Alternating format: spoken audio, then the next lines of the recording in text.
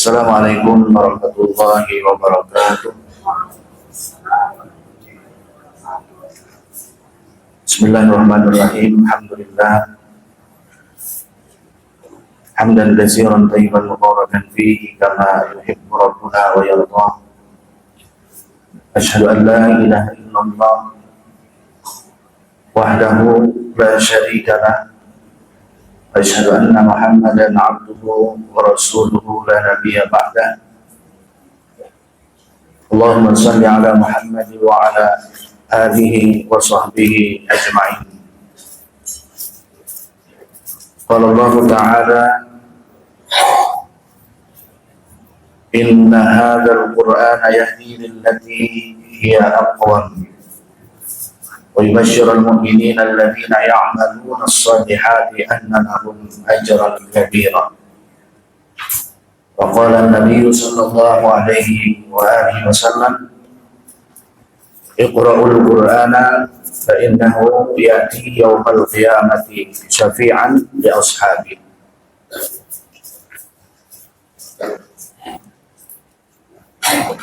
Hadirin hadirat jamaah salat maghrib yang dirahmati oleh Allah Subhanahu wa taala. Segala puji dan syukur kembali kita panjatkan kehadirat Allah Subhanahu wa taala di kesempatan malam hari ini kita bisa sama-sama berhadir di masjid untuk melaksanakan sholat maghrib berjamaah. Kemudian intizarus sholati ba'da sholat, menunggu sholat. Untuk sholat kita gunakan untuk bertolabul ilmi. Semoga ini menjadi ampunan terhadap dosa-dosa kita, menjadi sebab ditinggikan derajat kita di sisi Allah Subhanahu wa taala. Dan kita termasuk orang-orang yang dipilih oleh Allah Subhanahu wa taala untuk mendapatkan ampunannya. Kemudian tak lupa kita aturkan salawat dan salam kehadiran junjungan kita Nabi besar Muhammad sallallahu alaihi wasallam beserta segenap keluarga, para sahabat, para tabi'in, tabi'ut tabi'in, dan seluruh pengikut beliau ila yaumil qiyamah. Jamaah yang dimuliakan Allah Subhanahu wa taala, pada kesempatan malam hari ini kita kembali melanjutkan kajian tafsir juz amma, yaitu surat At-Tariq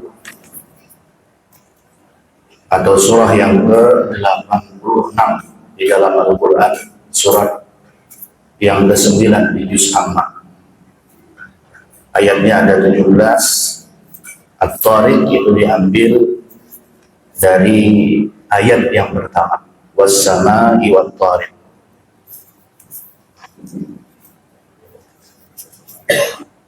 Adapun kandungan secara garis besar bahwa kandungan surat At-Tariq ini adalah sebagai jawaban dari Allah atas kesombongan manusia. Ya, sebagaimana di dalam Al-Quran itu sepertiga dari kandungan Al-Quran itu adalah kisah.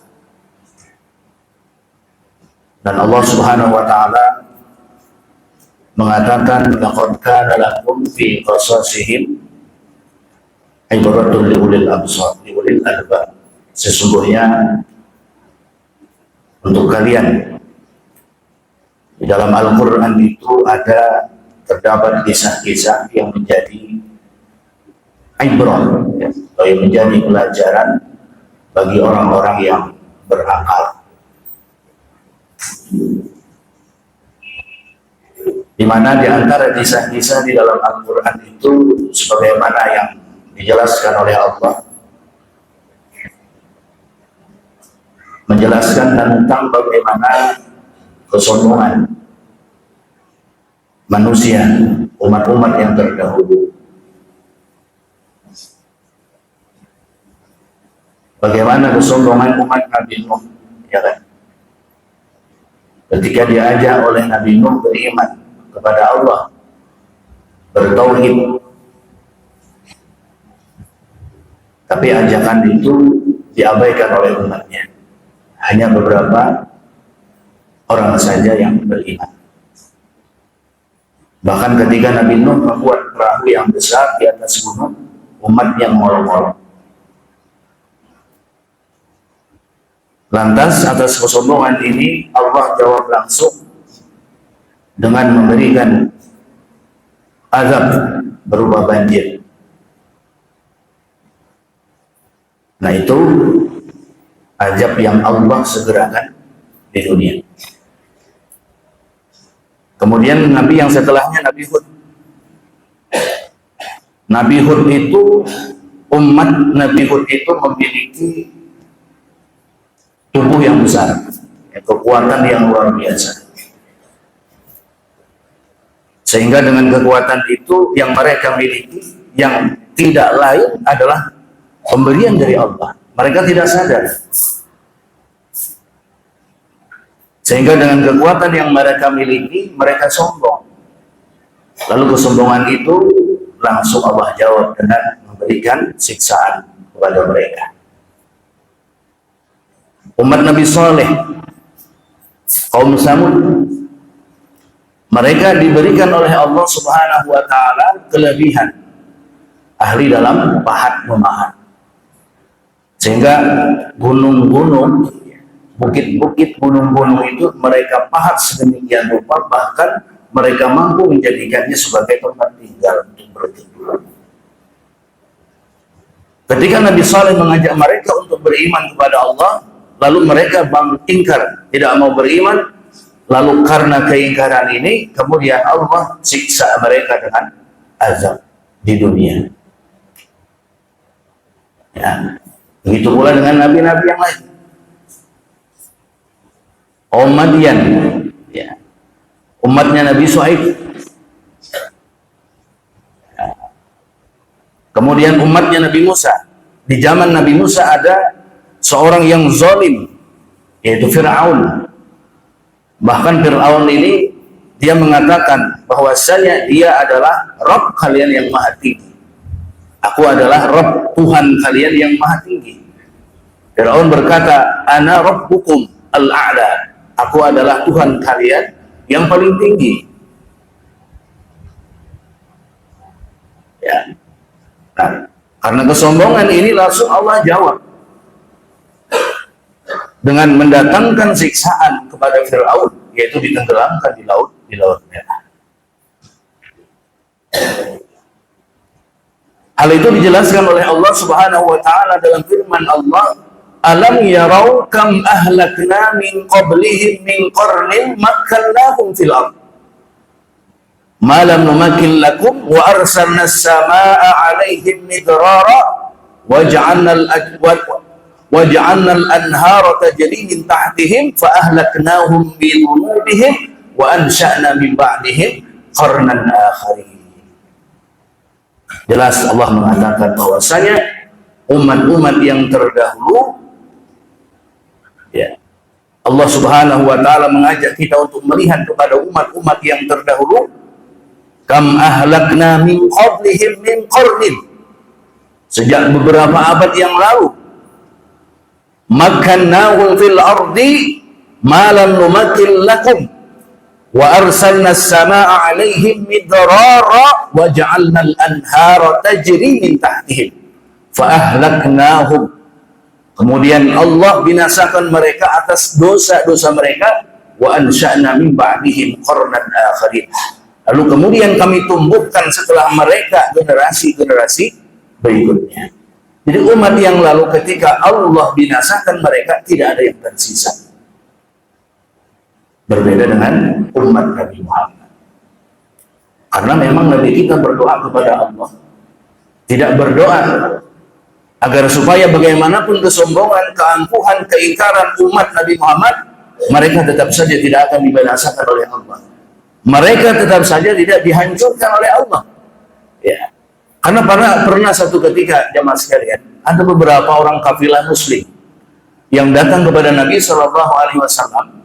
Mereka ingin mengetahui tentang Nabi Muhammad. Karena selama ini mereka hanya mendengar. Mereka tidak pernah berjumpa dengan Nabi. Mungkin yang terpikir di pikiran mereka adalah bahwasanya Nabi Muhammad itu adalah seorang Nabi yang hidupnya penuh dengan kemewahan. Ternyata ketika mereka bertemu dengan Nabi, yang mereka lihat bahwasanya Nabi begitu sederhana. Ketika mereka melihat rumah Nabi begitu sederhana, rumah Nabi SAW, sampai-sampai mereka tidak menyangka bahwa itu adalah seorang Rasulullah. Lalu salah satu di antara mereka bertanya kepada Nabi, "Wahai Nabi, kenapa engkau tidak meminta kekayaan sebagaimana yang diminta oleh Nabi Sulaiman?" Dia meminta kekayaan kepada Allah, dia meminta kerajaan kepada Allah. Lalu dikasih oleh Allah. Apa kata Nabi Sallallahu Alaihi Wasallam? Likulli nabiyyin du'aun mustajabah. Setiap nabi itu diberikan, dianugerahi oleh Allah satu doa yang mustajabah, yang dikabulkan. Di antara mereka menggunakan doa itu untuk meminta kekayaan kepada Allah, meminta kerajaan kepada Allah. Di antara nabi mereka meminta agar kaumnya dibinasakan oleh Allah. Kata Nabi Muhammad, tetapi aku tidak. Doa yang mustajab ini, kata Nabi, aku simpan nanti di akhirat untuk memberikan syafaat kepada umatku. Aku tidak akan mendoakan kehancuran, kebinasaan kepada umat. Nah, inilah jamaah sekalian yang dimulakan oleh Allah Subhanahu wa taala, betapa Rasulullah sallallahu alaihi wasallam sayang kepada kita semua. Adapun di dalam ayat ini bahwa jawaban dari Allah Subhanahu wa taala terhadap orang-orang yang sombong di dalam surat At-Tariq ini adalah sindiran dari Allah, adalah ajakan berpikir oleh Allah kepada orang-orang yang berakal, kepada orang-orang yang beriman. Pikirkan, kata Allah. Ya. Di mana dalam surat At-Tariq ayat yang pertama, Allah Subhanahu wa taala bersumpah atas nama langit dan apa yang datang di malam hari. Was-samaa'i wat-thariq. Allah Subhanahu wa taala bersumpah atas nama langit dan apa yang datang di malam hari. Pada kesempatan yang lalu telah dijelaskan bahwasanya Allah bersumpah atas nama dua makhluk. Yang pertama adalah langit dan yang kedua adalah bintang-bintang yang cahayanya menembus di malam hari. Mengapa Allah bersumpah? Tentu tujuan daripada sumpah Allah adalah ditakhidil amri, untuk menekankan sesuatu apa yang akan dijelaskan oleh Allah dari sumpah itu. Bahwa pentingnya apa yang ingin dijelaskan oleh Allah Subhanahu wa taala. Apa yang ingin dijelaskan oleh Allah? Yang ingin dijelaskan oleh Allah daripada sumpah ini adalah apa? Falyanzuril insanu mimma khuliq. Hendaklah, kata Allah, manusia itu melihat, hendaklah manusia itu memperhatikan, memikirkan sesungguhnya dari apa dia diciptakan. Dari berasal dari mana dia itu? Dari mana asalnya dia hingga dia bisa hidup? Itu yang akan dijelaskan oleh Allah daripada sumpah Allah Subhanahu wa taala. Dan ini terkait tentang asbabun nuzul ayatnya. Ya, di mana asbabun nuzul ayat ini adalah jawaban atau sindiran Allah Subhanahu wa taala terhadap seorang tokoh Quraisy. Ya. Di mana tokoh Quraisy ini, ya, dia bernama Abul Asad. Sebagaimana yang dijelaskan di dalam hadis yang berasal dari Ibnu Abi Hatim dari Ikrimah. Yaitu sindiran sekaligus peringatan dari Allah atas kesombongan Abul Asad ini, di mana dia sombong terhadap Allah karena dia tidak mempercayai akan adanya neraka jahanam yang disampaikan oleh Nabi Muhammad, dan Nabi Muhammad menyampaikan bahwa neraka jahanam itu dijaga oleh 19 malaikat. Neraka jahanam itu dijaga oleh 19 malaikat.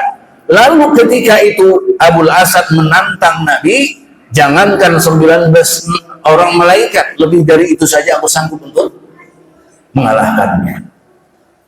Aku sanggup untuk mengalahkan 19 malaikat yang menjaga neraka jahanam. Ya. Nah, itulah yang menjadi sebab Allah Subhanahu wa taala mengatakan, menjawab atas kesombongan ini, di mana Allah Subhanahu wa taala mengatakan falyanzuril insan mimma khuliqa. Jamaah yang dimuliakan oleh Allah Subhanahu wa taala, At-Tariq sebagaimana penjelasan para ulama tafsir, ya. Yang pertama adalah At-Tariq itu adalah yang mengetuk pintu langit. Siapa yang mengetuk pintu langit? Yaitu roh. Sebagaimana ulun jelaskan pada kesempatan yang lalu, rohnya orang mukmin ketika dicabut oleh malaikat maut. Kemudian yang kedua yang mengetuk pintu langit itu adalah Nabi Muhammad SAW ketika Isra dan Mi'raj. Kemudian yang ketiga, At-Tariq yang mengetuk pintu itu adalah malaikat yang mengangkat amal kebaikan. Malaikat yang mengangkat amal kebaikan, dan pintu langit itu terbuka setiap harinya. Setiap hari itu pintu langit dibukakan oleh Allah pada waktu subuh dan waktu asar. Maka sayang kalau kita lewatkan waktu subuh dan waktu asar. Ya. Seyogyanya waktu subuh kita gunakan untuk sholat berjamaah subuh di masjid, sholat asar berjamaah di masjid. Waktu subuh kita gunakan untuk membaca zikir pagi, waktu sore kita gunakan untuk membaca zikir petang. Karena di dua waktu itulah amal-amal kebaikan akan diangkat oleh Allah Subhanahu wa taala. Dan dalam hadis Nabi juga sallallahu alaihi wasallam bersabda, "Man shallal bardain," kata Nabi, barang siapa yang melaksanakan salat al-bardain, dua waktu salat yang dingin, salat subuh dan waktu salat asar, dakhalal jannah, dia akan masuk surga. Kenapa jadi sampai salat bardain yang disampaikan oleh Nabi?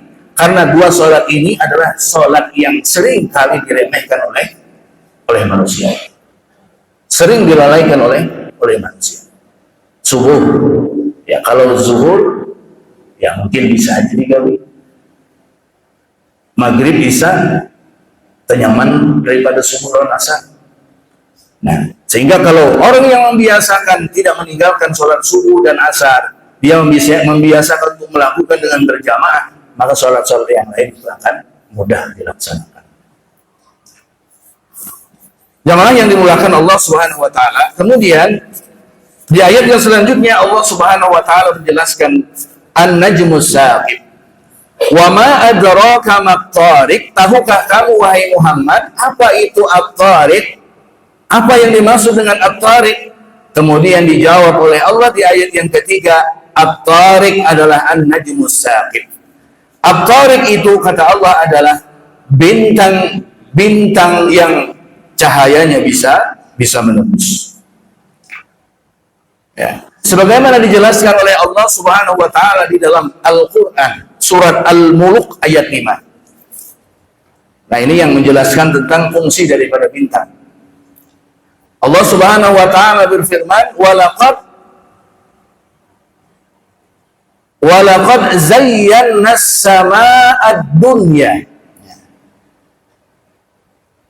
Dan telah kami hiasi langit-langit dunia itu bimasabiha. Masabih itu artinya lampu, Pak. Jamak daripada misbah, lampu-lampu. Ya. Sehingga para ulama tafsir menafsirkan bahwa lampu-lampu itu adalah bintang-bintang yang cahayanya bersinar, yang cahayanya terang. Walaqad zayyana as-samaa'a ad-dunya bimasabiha wa ja'alnaha rujuman lisyayatin. Ya, di samping langit-langit bintang-bintang itu kata Allah, Allah jadikan sebagai penghias langit. Kemudian bintang-bintang itu juga berfungsi sebagai rujuman. Rujum itu adalah yang merajam atau yang melembar atau yang membakar setan-setan yang mencuri berita dari langit. Ya, jadi setan-setan yang mencuri berita dari langit yang disampaikan oleh Allah kepada malaikat Jibril, ya, atau setan-setan yang mencuri berita-berita dari percakapan daripada malaikat. Nah, sehingga mereka tidak sempat untuk mencuri berita ini, lalu mereka dilempar, dibakar oleh bintang-bintang. Sehingga bintang itu fungsinya adalah rujum, ya, untuk merajam, untuk melempar, membakar setan-setan. Samping penghias langit. Kemudian juga dijelaskan bahwasanya bintang itu juga berfungsi sebagai penunjuk jalan. Ya, sebagai kompas, penunjuk jalan. Nah, orang bahari itu ya melihat bintang, khususnya para nelayan yang ada di laut, melihat arah bintang. Nah, kemudian jemaah sekalian yang dimuliakan oleh Allah Subhanahu wa taala, ayat yang keempat, Allah Subhanahu wa taala berfirman, "In kullu nafsin lamma 'alaiha hafiz." In kullu nafsin lamma 'alaiha hafiz. Ini boleh dibaca lama tidak pakai tasydid atau dengan pakai tasydid. In kullu nafsin lama 'alaiha hafiz atau in kullu nafsin lamma 'alaiha hafiz. Sesungguhnya setiap jiwa, atas mereka, atas setiap jiwa itu ada penjaganya. Nah, ini juga termasuk daripada jawaban daripada subhanallah di ayat yang pertama. Hadhihi jawabul qasmi, yakni kullu nafsin illa 'alaiha hafizun minal malaikah yuhfadu wa yuhsa 'alaihi 'amaluhu min syarrin aw khairin. Bahwa setiap jiwa di atasnya ada malaikat yang menjaga, yang diperintahkan oleh Allah, yang menjaga, yang menghitung dan mencatat terhadap amalan-amalan yang dilakukan oleh manusia itu, apakah itu keburukan ataukah itu kebaikan. Allah Subhanahu wa taala juga berfirman, "Wa inna 'alaikum lahafizina kiraman katibina ya'lamuna ma taf'alun." Sesungguhnya atas kalian itu ada penjaganya, kiraman katibin, malaikat-malaikat yang mulia yang mencatat, ya'lamuna ma taf'alun. Mereka mengetahui apa yang kalian kerjakan. Nah, sehingga kita sebagai hamba Allah harus meyakini bahwa kita ini ada yang menjaga, kita ini ada yang mengawasi. Karena terdapat banyak riwayat yang menjelaskan bahwa ada malaikat yang selalu menyertai manusia. Bahkan dari sejak mereka itu diciptakan dalam rahim ibu, dalam rahim ibunya hingga di hari kematiannya. Bahkan ketika mereka di alam kubur hingga hari kiamat.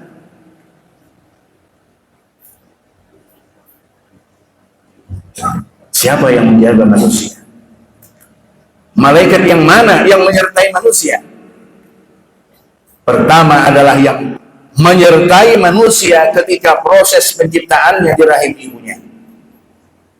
Hal ini dijelaskan oleh Rasulullah SAW dalam hadis Anas, ya, hadis Bukhari dan Muslim, di mana Nabi SAW bersabda, Allah mengutus seorang malaikat untuk rahim. Ya. Lalu malaikat mengatakan kepada Allah, ya Allah, ini nutfah, ini air mani. Ya. Sebagaimana kejadian manusia itu kan Pak, diawali dengan nutfah. Selama 40 hari berada di dalam kandungan. Kemudian menjadi alaqah. Ya, selama 40 hari mudghah ya, mudghah alaqah. Selama 40 hari sehingga 120 hari baru ditiupkan roh ke janin. Ya. Nah, kemudian kata malaikat, ya Allah ini segumpal darah, ya Allah ini segumpal daging. Ketika Allah hendak menyelesaikan penciptaannya, malaikat bertanya kepada Allah, ya Allah, lelakikah perempuankah? Apakah dia orang celaka atau bahagia? Malaikat kemudian juga bertanya kepada Allah, bagaimana rezekinya? Bagaimana ajalnya? Akhirnya ditetapkan untuknya semua ketetapan itu ketika berada di dalam perut ibu. Kemudian yang kedua adalah yang menjaga jiwa kita ini adalah malaikat penjaga fisik manusia. Ya, malaikat yang menjaga fisik manusia. Sebagaimana Allah Subhanahu wa taala berfirman di dalam surat Ar-Ra'd ayat 11, lahu mu'aqibatun min baini yadayhi wa min khalfihi yahfazunahu min amrillah. Bagi manusia ada malaikat-malaikat yang selalu mengikutinya bergiliran di muka dan di belakangnya, mereka menjaganya atas perintah Allah Subhanahu wa taala. Nah, jadi sebagaimana tadi juga dijelaskan di awal tadi, bahwasanya yang dimaksud dengan at-tariq itu adalah malaikat yang mengetuk pintu langit untuk menyampaikan kepada Allah, untuk membawa amalan-amalan daripada hambanya. Ya, amalan yang dilakukan oleh hamba ketika pagi dan ketika sore, diangkat amalan itu.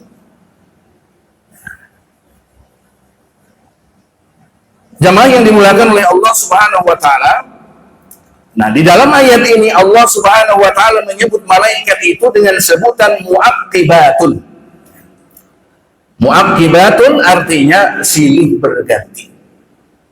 Silih berganti, bergantian. Besokan yang lain, kamarian lain pulang. Amalan mulai besokan sampai kamarian diangkat, amalan mulai kamarian hingga subuh diangkat.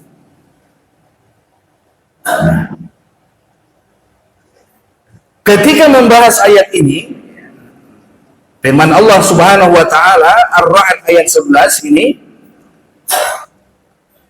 Al-Imam Al-Hafiz Ibnu Katsir menyebutkan hadis dari Abu Hurairah radhiyallahu taala anhu bahwa Nabi sallallahu alaihi wasallam bersabda, para malaikat di malam hari dan di siang hari silih berganti mengawasi kalian. Dan mereka berkumpul pada saat sholat subuh dan sholat asar. Kemudian para malaikat yang mengawasi kalian semalam suntuk naik ke langit. Allah menanyakan kepada mereka, padahal Allah lebih mengetahui daripada mereka. Dalam keadaan apakah kalian tinggalkan hamba-hambaku? Jadi Allah bertanya kepada malaikat, padahal Allah sudah tahu apa yang akan disampaikan oleh para malaikat. Lalu malaikat menjawab, kami tinggalkan mereka dalam keadaan mengerjakan sholat. Coba bayangkan, ketika Allah tanya malaikat, padahal Allah sudah tahu apa yang akan dibawa oleh malaikat. Ketika malaikat melaporkan kepada Allah bahwa aku telah membawa dan melaporkan kepadamu ya Allah amalan hambamu yang aku bawa, ketika itu dia sedang melakukan zina.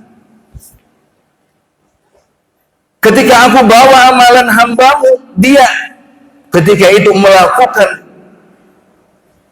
apa? Judi online. Ya. Ketika itu ia sedang mabuk. Ketika itu ia sedang melakukan zina, melakukan maksiat kepadamu. Betapa malunya malaikat melaporkan amal-amal yang disampaikan oleh malaikat kepada Allah Subhanahu wa Ta'ala. Kemudian yang ketiga, ya, in kullu nafsin lama 'alaiha hafiz adalah malaikat yang mencatat amal perbuatan manusia. Setiap kita selalu diiringi malaikat pencatat amal yang baik atau amal yang besar maupun kecil. Dan itu harus kita percayai, harus kita yakini. Tidak ada yang luput daripada catatan malaikat. Walau hanya sekecil apapun kebaikan ataupun keburukan yang kita lakukan.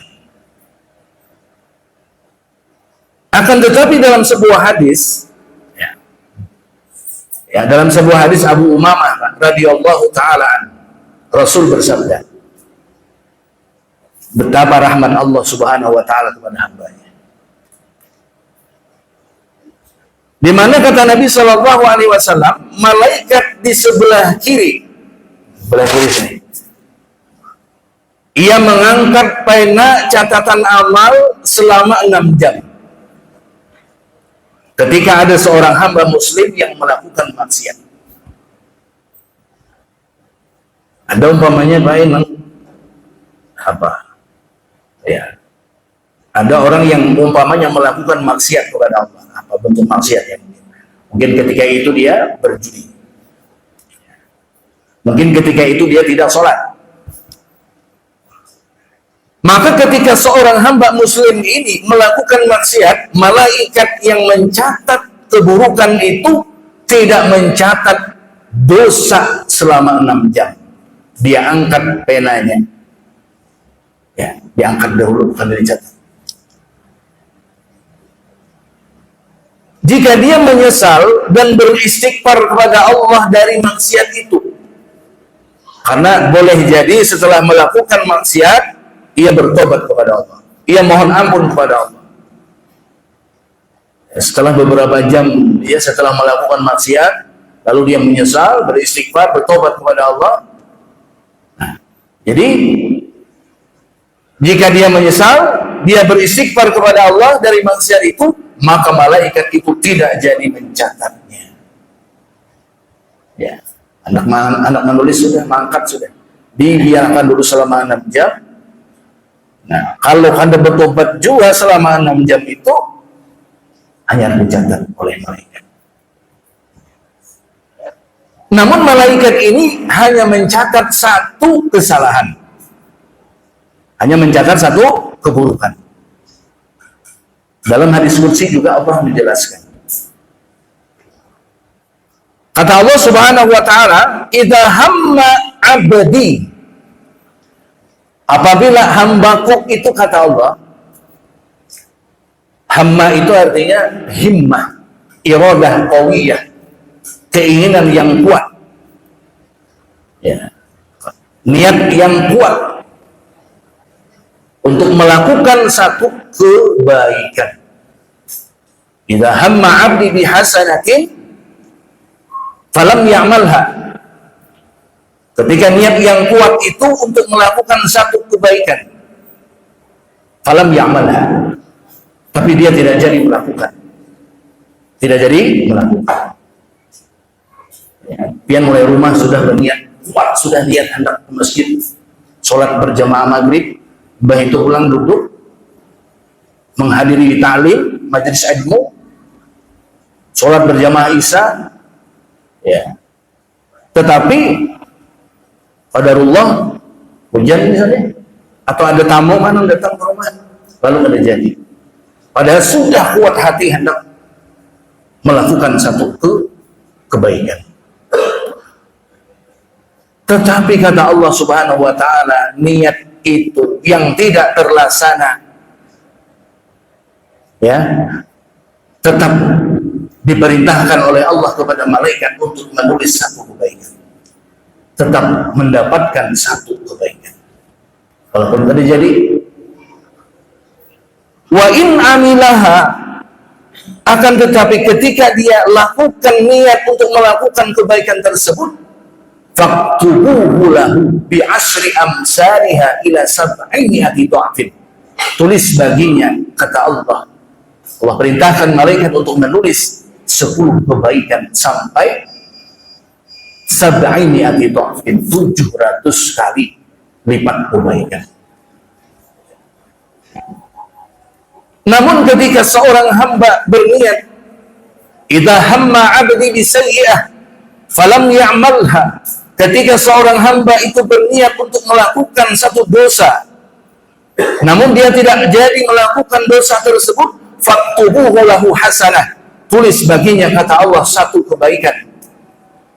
Ketika keburukan yang kita niatkan tidak jadi kita lakukan, tetap kita mendapatkan catatan 1 kebaikan daripada malaikat yang diperintahkan oleh Allah. Wa in amilaha, ketika dia mengerjakan kejahatan itu, niat untuk melakukan dosa, niat untuk melakukan maksiat, ia lakukan, dia ingat, maka kata Allah Subhanahu wa ta'ala, faktubuhu lahu sayyi'ah, tulis baginya 1 dosa saja, 1 dosa saja, tidak perlu banyak-banyak dosa, sesuai dengan apa yang dia lakukan. Kemudian kata Allah Subhanahu wa ta'ala, wa in taba, ketika hamba yang melakukan dosa itu dia bertobat dari dosanya, ia bertobat dari kesalahannya, famhuha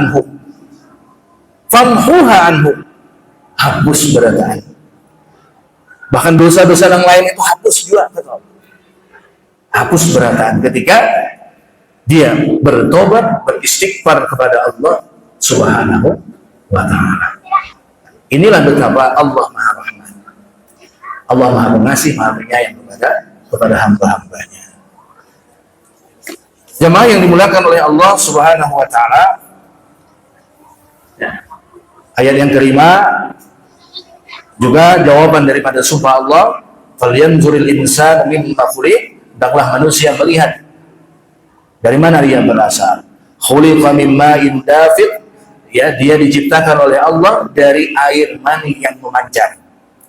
Yakhruju min bainis sulbi wat tara'ib, yang keluar dari tulang sulbi laki-laki dan tulang dada perempuan. Ya. Nah, nanti akan kita jelaskan pada kesempatan yang lain tentang tafsir daripada ayat yang selanjutnya. Semoga bermanfaat. Hadani Allah wa iyyakum. Subhanallahumma wa bihamdika, asyhadu an la ilaha illa anta, astaghfiruka wa atubu ilaik. Assalamualaikum warahmatullahi wabarakatuh.